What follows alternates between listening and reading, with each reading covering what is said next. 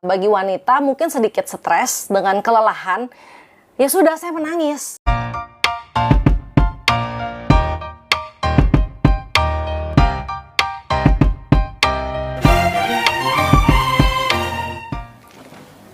Oke, ketemu lagi couple sama saya Maria Leoni Kusuma. Sekarang saya akan melanjutkan pembahasan Sacred Marriage kita, bab 4, judulnya Penghormatan yang Kudus. Bab 4 dibuka oleh Gary Thomas tentang kesaksian dirinya sendiri sama teman-temannya. Jadi gini, Gary Thomas dan istrinya menjadi mentor sekaligus sahabat sama sepasang suami istri lainnya, itu Brian and Cheryl namanya. Suaminya Brian, temennya Gary Thomas, dia suami yang baik, sangat mencintai istrinya. Dan Cheryl pun demikian, istri yang baik, mencintai Tuhan dan sangat mencintai suaminya. Setelah bertahun-tahun, lebih dari 10 tahun berlalu pernikahan mereka, suatu malam Gary Thomas, istrinya, sama Brian and Cheryl, mereka main kartu berempat. Dan tiba-tiba saat si Gary akan mengalahkan Brian di permainan kartu tersebut, Cheryl bilang dengan tatapan sinis dan semangat yang menggebu-gebu, "Bagus Gary, habisi saja dia. Habisi saja Brian." Dengan tatapan sinis dan kesel. Gary shock. Wow, what has happened? Dan ternyata sekitar 2-3 jam sebelumnya, Brian baru cerita ke Gary Thomas bahwa hubungan dia dengan Cheryl sedang kacau. Cheryl sudah tidak lagi menjadi istri seperti dulu. Sekarang setiap dia pulang kerja, Brian udah pulang kerja, disuruh pegang anak, disuruh siapin dinner, dan Cherylnya paling cuma santai-santai main handphone dengan grup chat teman-temannya, katanya Brian. Di sisi lain, si Cheryl cerita ke istrinya Gary Thomas, "Aku udah stres sama pernikahanku, Brian udah membuat aku pusing, hutang banyak, kerjaan gak jelas, dan lain-lainnya." Sungguh mengagetkan sekali bagi Gary Thomas dan istrinya. Mungkin, dan menurut Gary Thomas, banyak pernikahan mengalami fase kebencian seperti cerita tersebut, cuplikannya. Jadi yang hanya dipikirkan masing-masing suami maupun istri hanya memikirkan kejelekan pasangannya, gitu. Dan sebenarnya kebutuhan penghormatan atau penghargaan merupakan kebutuhan dasar manusia. Tentunya setelah kebutuhan dasar pangan, sandang, dan papan terpenuhi, lalu ada kebutuhan lain yang setelah mereka menikah pun itu tetap menjadi kebutuhan dasar manusia. Gitu. Alkitab bilang apa soal penghormatan? Ternyata Alkitab banyak menyatat soal penghormatan. Imamat 19 ayat 3. "Hormatilah orang tuamu agar lanjut umurmu di tanah yang diberikan Tuhan Allahmu kepadamu." Imamat 19 ayat 32. "Hormatilah orang-orang yang lebih tua." Maleakhi 1 ayat 6. "Hormatilah Tuhan." Efesus 5 ayat 33. "Hormatilah suamimu." Lalu 1 Petrus 3 ayat 7, "Hormatilah istrimu," bla bla bla. Cuplikan-cuplikan ayat tersebut mengajarkan kita bahwa Alkitab dan Tuhan mau penghormatan itu dilakukan secara aktif oleh kita dulu.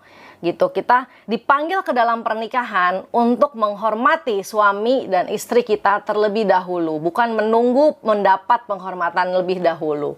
Itu poin pertama yang Gary Thomas buka untuk bab 4 ini. Oke. Siap membedah pernikahan kita masing-masing lebih dalam? Di sini Gary Thomas memaparkan ada beberapa poin, yaitu ada 4 poin yang membuat kita gagal untuk menghormati suami atau istri kita. Yang pertama adalah rasa penasaran yang hilang. Rasa penasaran yang hilang ini dibuka dengan cerita Mark Twain, seorang penjelajah sungai Mississippi pada zaman dahulu. Gary Thomas mengatakan cerita conversation antara Mark Twain dengan temannya, bahwa Mark Twain ini menjelajahi sungai Mississippi yang berkelok-kelok seperti es-es tidak berkesudahan itu berpuluh-puluh kali. Sampai pada suatu pagi, Mark Twain mengatakan kepada istrinya, "Saya udah gak mau lagi menjelajahi sungai Mississippi. Saya udah tahu semua seluk-beluknya." Nah, poin ini mungkin bisa terjadi di setiap pernikahan siapapun itu. Jadi menghilangnya rasa kepenasaranan dan ketidaktahuan. Udah nggak ada lagi yang kita nggak tahu soal pasangan kita, mulai dari kebiasaan dia bangun tidur, ke kamar mandi dulu atau ambil air putih dulu, kalau makan maunya saus tomat atau saus sambal, tutup toilet maunya dibuka atau ditutup, tisu maunya digantung atau taruh di belakang, anything, semuanya udah hafal. Itu poin pertama yang sering banget terjadi, dan memang itu terjadi, tapi sering dijadikan alasan untuk tidak menghormati pasangan kita. Hal kedua adalah prasangka, atau terlebih jelas praduga tidak bersalah. Jadi, dibuka dengan ceritanya Gary Thomas soal temannya juga, Gail dan James. Jadi suatu hari si Gary dicurhatin sama suaminya, si James, dan istrinya Gary Thomas diceritain sama Gail, sang istri. Jadi si James ceritanya A plus B plus C plus D soal si Gail. Dan ditambahkan, pasti dia lagi begini, pasti dia begini, pasti dia begini. Sedangkan si Gail cerita ke istri Gary Thomas, wah si James mah udah nggak kayak dulu lagi. James mungkin ada cewek lain kali di luar sana. Kayaknya James pulang aja telat, pulang kerja lembur, tapi nggak ada hasilnya, tetap ngutang, kita tetap kesulitan keuangan, bla bla bla bla bla.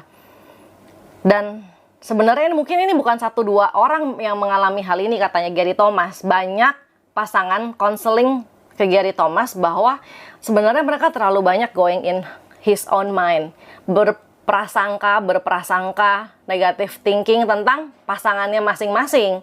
Tentunya hal itu membuat mereka tidak menghormati satu sama lain. Poin nomor 3 adalah perbedaan yang tidak dimengerti. Pria dan wanita dilahirkan berbeda, betul?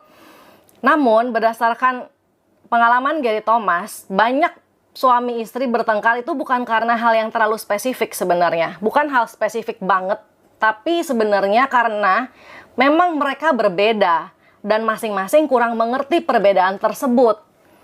Untuk membahas ini, Gary Thomas membuat contoh dirinya sendiri dengan istrinya. Di awal tahun pernikahan mereka, Gary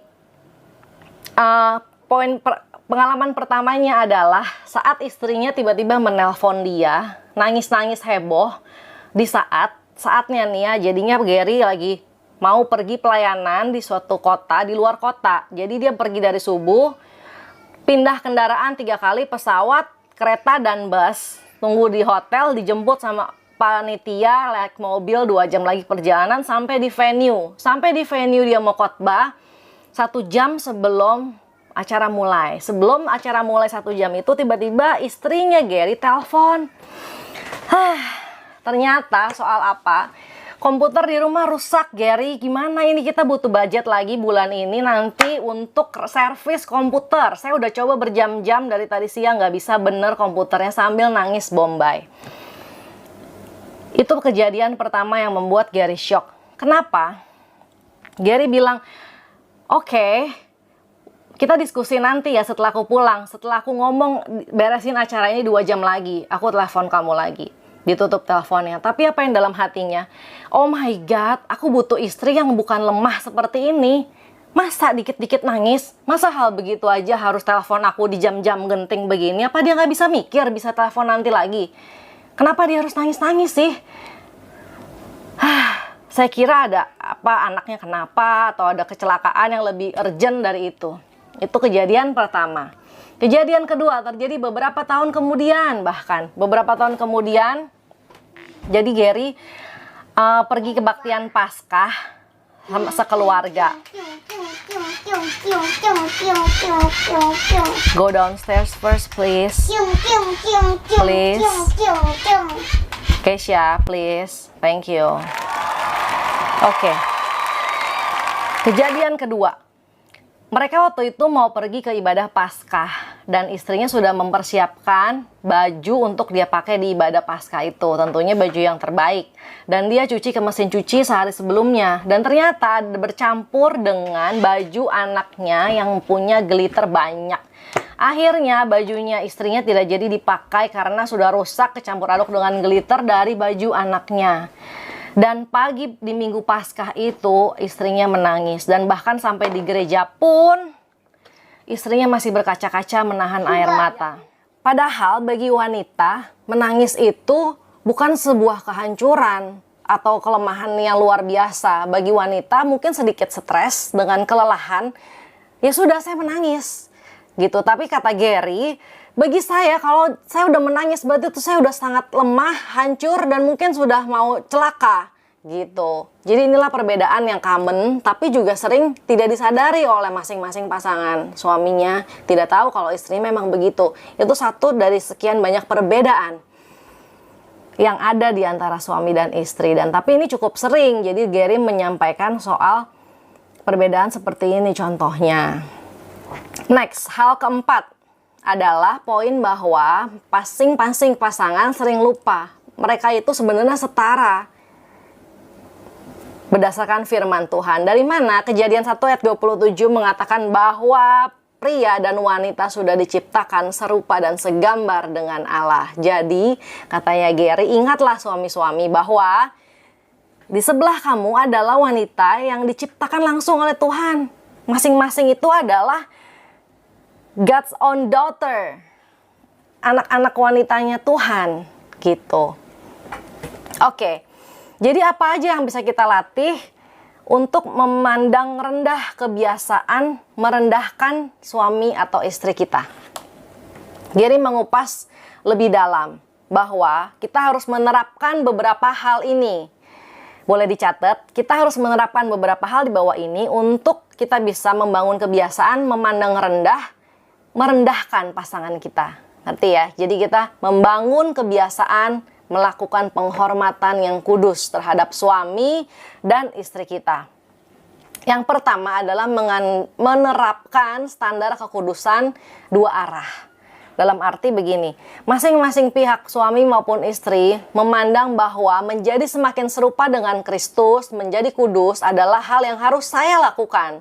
Bukan mengatakan bahwa lo istri saya tuh yang harusnya berubah tuh, atau oh itu mah suami saya yang harusnya berubah tuh, harusnya dia yang bertobat tuh. Bukan begitu, tapi mengandalkan standarnya Kristus itu dua-duanya. Saya juga harus berubah dulu, atau mengajak pasangan kita, yuk kita berubah sama-sama dalam hal ini gitu. Itu yang harus dibangun, berarti itu yang harus dilakukan dengan sadar dan sengaja oleh kedua belah pihak. Poin kedua adalah mendapatkan pengertian yang baru mengenai kehidupan sehari-harinya pasangan. Untuk poin ini, Gary menjelaskan lebih detail berdasarkan pengalaman Gary dan istrinya, yaitu saat mereka memutuskan untuk tidak bekerja di luar. Jadi Gary full time hamba Tuhan, mengerjakan buku dan segala pelayanannya di rumah. Dan dia punya 3 anak dan rumah yang sederhana.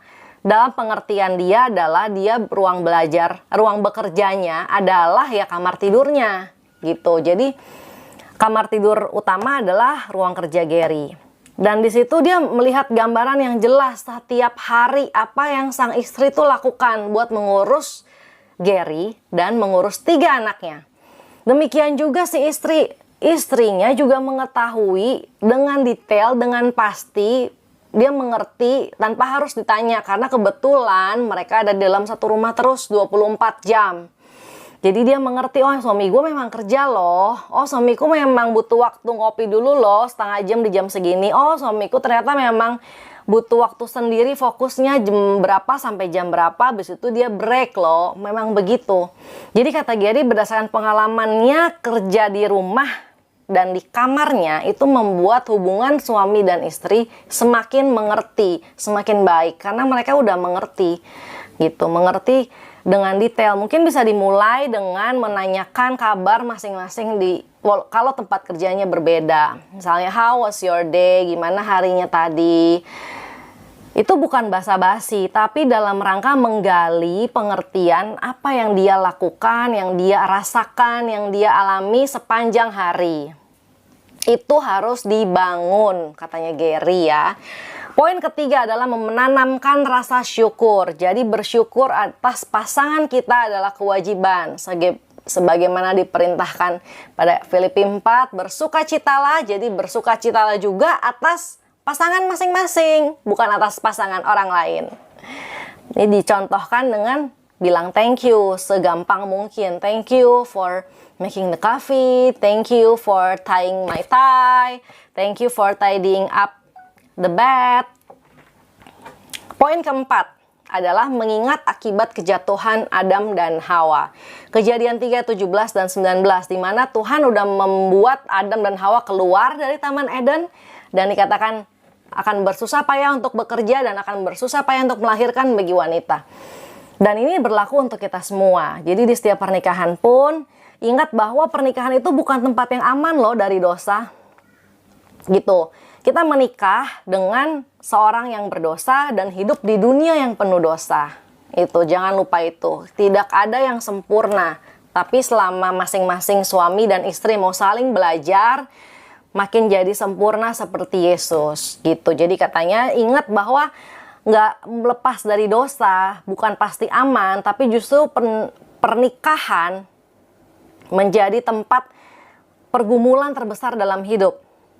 Gitu, itu terjadi dalam relasi pernikahan. Dan kebiasaan kelima yang harus dibangun adalah kebiasaan melindungi satu sama lain. Kebiasaan melindungi ini pada prakteknya sangat detail dan sangat butuh kerendahan hati kayaknya. Soalnya melindungi itu dalam arti, contohnya, suatu hari Gary pulang dari seminar Sabtu Minggu. Sabtu Minggu dia full pelayanan di luar kota dan dia pulang Minggu sore. Harapannya Gary di jalan, dia bilang, yang saya harapkan sampai rumah hanya nonton santai di sofa, makan popcorn. Itu dari sisi Gary. Sedangkan dari sisi istri, apa yang istrinya harapkan? Aduh, bentar lagi suamiku pulang, bentar lagi dia bisa pegang anak-anak semuanya, aku bisa kerimbat dulu, bisa santai-santai, aku bisa lurusin kaki, ngutekin kaki dulu, baru tidur. Bayangkan, maksudnya saling melindungi satu sama lain adalah ya dua-duanya dengan kelelahan bersama, mengurus bersama-sama. Jadi apa yang Gary lakukan? Katanya untung saat itu Gary udah lebih dewasa, katanya Gary. Jadi Gary sama istri bagi-bagi tugas. Jadi Gary tetap nonton, tetap di sofa, tapi ajak anak-anak sama dia. Dan istrinya tetap beresin cucian piring dulu, habis beresin cucian piring, habis makan malam, dia baru ke kamar mandi, agak lama di kamar mandinya, karena anak-anak sama ayahnya. Habis itu mereka ngumpul bareng-bareng. Itulah maksudnya saling melindungi satu sama lain. Nggak membiarkan yang satu kelelahan banget dibandingkan yang lain. Gitu. Oke. Bab 4 ditutup oleh Gary Thomas dengan ayat dari Matius 7 ayat 3-5. Di mana ayatnya berbunyi seperti ini. Mengapa engkau melihat selumbar di mata saudaramu sedangkan balok di matamu sendiri tidak engkau ketahui? Bagaimana engkau dapat berkata kepada saudaramu, biar aku mengeluarkan selumbar dari matamu, padahal ada balok di matamu sendiri? Keluarkanlah dahulu balok dari matamu, maka engkau akan melihat dengan jelas selumbar itu dari mata saudaramu. Wow, luar biasa Gary Thomas. Mari kita mulai belajar lebih lagi, lebih berusaha lagi membangun penghormatan kudus terhadap suami dan istri kita. Semangat! Hai, terima kasih sudah menonton channel YouTube saya. Dan kalau kamu merasakan manfaat dari channel YouTube ini, kamu boleh like, subscribe, dan share. Jangan lupa untuk tekan tombol loncengnya supaya kamu terus terupdate dengan video-video terbaru dari saya. Saya Desri Koca. Keep loving and inspiring.